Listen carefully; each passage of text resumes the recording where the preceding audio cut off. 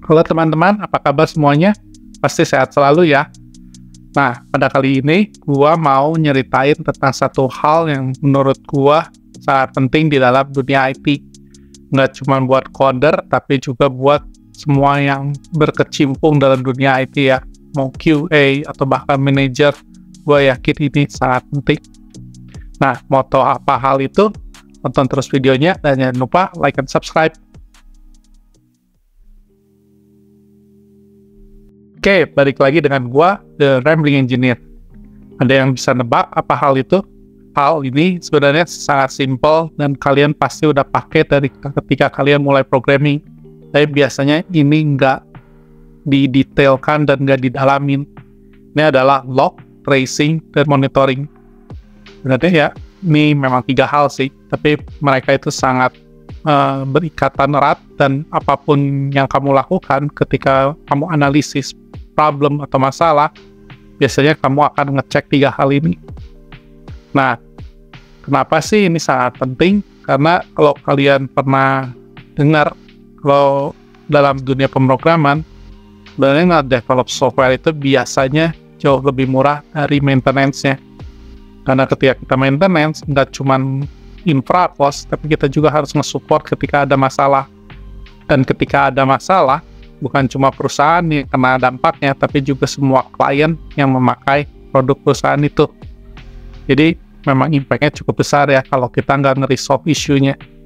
Nah, tanpa dengan logging, tanpa dengan tracing, dan monitoring yang tepat, biasanya satu masalah tuh bisa berjam-jam atau bahkan berhari-hari nggak beres-beres.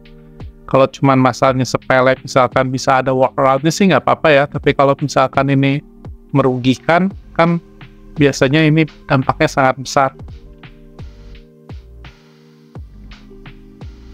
Oke, kita mulai dengan monitoring. Karena menurut gua monitoring sesuatu yang cukup mudah dilakukan dan bisa melakukan automation.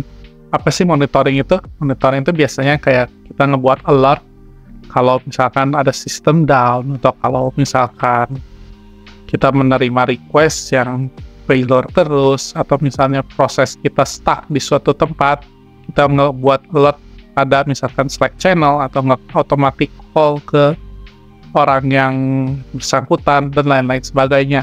Itu adalah monitoring. Biasanya ini cukup mudah dilakukan tergantung dengan tool yang dipakai. Misalnya kalau sekarang yang lagi beken tuh kayak Datadog, atau ada lain juga yang lain, misalnya Logs.io, atau juga ada New Relic. Semuanya bisa melakukan monitoring itu. Tentu saja ada yang open source-nya, kamu bisa cek juga apa itu yang, dan biar bisa kamu coba di lokal kamu, di Docker atau di kontainer kamu. Ini tuh tentu saja satu hal yang harus dilakukan ketika kamu misalnya membuat aplikasi baru atau membuat service baru, ngedeploy di production. Tentu saja kamu harus membuat ini, dan biasanya sih ini udah di-automate ya. Tergantung perusahaan kamu, gimana CI/CD-nya, dan gimana dia deploy aplikasinya. Biasanya dia sudah ada otomatis alertnya. Misalnya CPU check, memory check, dan lain-lain sebagainya. Nah, itu adalah monitoring. Nah, tracing ini sedikit berbeda ya. Tracing ini biasanya buat ngecek request yang bersangkutan. Jadi misalnya kalau satu request nih, misalnya kita pesan barang nih. Nah, kalau kita pesan barang kan dia nggak cuma masuk, udah gitu ke satu service, di backend-nya misalnya, udah gitu balik lagi ke front-end. Enggak ya, misalnya dia masuk ke backend-nya, dia ngecek di misalnya stock-nya, dia bisa masuk ke payment-nya, atau mungkin ada ke payment gateway, dan banyak service yang bersangkutan. Nah, misalnya kalau kita ngirim request itu, kita kan agak sulit nge-trace-nya ini, misalnya ada failing nih, failingnya di service yang mana sih? Ini agak sulit kalau kita nggak ada trace-nya. Nah, biasanya trace ini udah disediakan oleh tool-nya.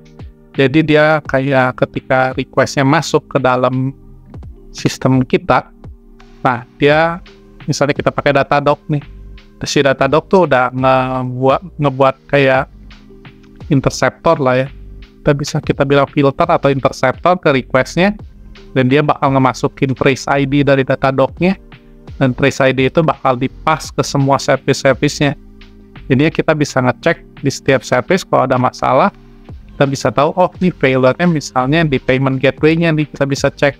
Udah gitu ada trace ID-nya, kita bisa tahu request mana yang failure. Nah itu sebenarnya hal simple untuk tracing. Gua nggak masuk ke dalam karena tentu saja ini bukan hal yang sederhana dan cukup kompleks. Kamu bisa pakai, ada banyak aplikasi open source, dan kamu bisa deploy itu di Docker kamu. Oke, itu adalah tracing. Nah, yang ini agak sedikit panjang ya, karena yang ini involve banget programmer kayak gua dalam modify ini. Yang namanya log nggak bisa diotomatisin ya. Kita harus memastikan kalau log yang kita taruh itu di tempat yang tepat. Nah, ini gue banyak banget pengalaman yang sangat-sangat gak bagus gitu. Contohnya adalah, misalkan orang-orang naruh log error, itu ya naruhnya cuman misalnya kita di transfer bank, atau misalkan masalah di bisnis logiknya bank, tentang akunnya. Nah, misalnya akunnya nggak ketemu nih di search, errornya cuma akun tidak ketemu misalnya. Nah, udah gitu ada juga metode lain yang nge-log sama purchase gitu. Memang benar akun nggak ketemu juga, tapi nggak tahu gitu itu tuh prosesnya dari mana. Ini tuh kan makanya kadang-kadang kalau kita lagi ngecek log, bikin bingung. Udah gitu walaupun itu not found, apakah memang benar itu error gitu, atau memang itu oh ya udah kalau nggak ketemu ya udah biar dimamat gitu. Karena ini cuma nge-search apakah memang perlu kita log, apalagi levelnya error. Ini kan kadang-kadang kalau kita error nih, kita ngecek log kita banyak banget errornya, bikin pusing kan ya. Apalagi kalau kita lagi mau ngecek masalah nih, begitu kita nggak tahu dengan jelas apa masalahnya, tapi cuma tahu time range-nya, kita kan bakal kesulitan kalau kita dapat ngecek semuanya error log ribuan atau bahkan ratusan ribu dalam satu time range. Gimana kita bisa ngecek? Nah itu namanya overpollution ya. Nah, tentu saja kadang juga ada yang aplikasi yang benar-benar nggak ada log sama sekali. Jadi begitu ada masalah, dia nggak tahu apa yang terjadi gitu. Loggingnya misalnya dia udah berdepend banget dengan frameworknya misalnya. Kalau di Java misalnya tergantung Spring-nya gimana dia nge-logging. Gitu dicek udah nggak jelas apa ini log. Errornya kenapa? Semuanya dengan sedikit error message yang nggak jelas. Itu benar-benar sangat nggak clear apa guna error lognya. Dan kalau kita mau ngecek informasi juga sama sekali nggak ada. Itu gue juga menemukan, karena mereka saking mau ngehemat ya, nggak mau naruh log indexing. Karena kalau namanya log ya, kan kita pakai tool pasti nih, satu perusahaan tuh pasti pakai tool yang besar, dan itu tuh cukup mahal. Misalnya gue balik lagi pakai Datadog, karena ya Datadog lagi paling keren sekarang. Di Datadog misalnya satu log itu, kalau misalnya kita di indeksnya let's say 7 hari, si perusahaan tuh bayar 0,00 berapa dolar gitu lah, gua nggak ingat berapa apanya. Ini ya saking mau ngehematnya, karena requestnya tuh banyak banget, bener-bener clean banget, gak ada log. Jadi di deploy, di production kayak clean banget nih, gak ada error, gak ada apa. Padahal banyak banget masalah ternyata, karena itu saking clean-nya lognya, tapi nggak tahu gitu apa yang terjadi. Dan begitu udah terjadi, susah banget ngecek gitu. Jadi kita harus ngecekin data, harus masuk ke production database dan lain-lain. Kan itu ribet banget deh. Oke, itu adalah hal yang menurut gua sangat penting dalam pemrograman, tepatnya dalam software development. Kita nggak cuma harus jago ngoding, tapi kita juga harus tahu dan harus ngebuat maintenance sangat mudah. Yang juga kita nggak mau nyentuh sama sekali monitoring dan ngasih ini semua ke infra. Kita sebagai programmer, kita juga harus tahu apa sih yang namanya monitoring dan gimana cara ngebuat monitoring. Oke, itu aja dari gua. Thank you banget yang udah ngedengerin videonya sampai akhir. Jangan lupa like dan subscribe, dan kalau ada yang nggak setuju dengan gua, silahkan komen aja. Thank you banget. See you later. Ciao.